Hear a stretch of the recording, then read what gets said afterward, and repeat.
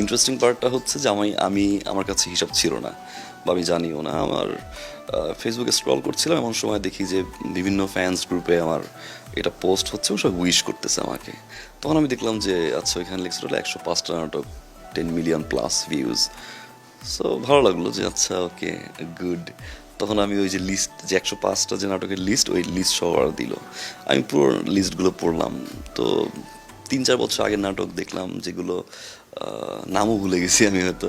So দেখলাম বাহ, এটাও 10 মিলিয়ন হলো, এটাও হলো। এটা definitely it's a good feelings. আমার দর্শকের ভালোবাসা এবং আমার আশেপাশে মানে একজন ফারহান তো আসলে একা হয়ে ওঠে না, তার আশেপাশে অনেক মানুষ থাকেন, তার দর্শক থাকেন, এবং অনেক মানুষই থাকেন যাদের স্পেসিফিক করে নাম বলা যায় না। তো সবার ভালোবাসা আসলে একজন ফারহান। বলতে চাই congratulation, you did it. And তার কাজ দেখলেই বোঝা যায় যে উনি কতটা হার্ড ওয়ার্ক। ইনফ্যাক্ট আমি যে ওনার সাথে কাজ করছি, আমার ফার্স্ট এক্সপিরিয়েন্স ওনার সাথে কাজ করা, but I will say he is very hard working, he is very cooperative, he is very helpful, and I will say he is very giving actor.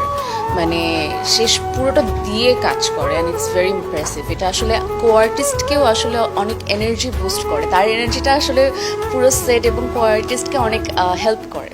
So very very impressive, and congratulation. দোয়া করি আপনি আরও অনেক অনেক ভালো কাজ করেন।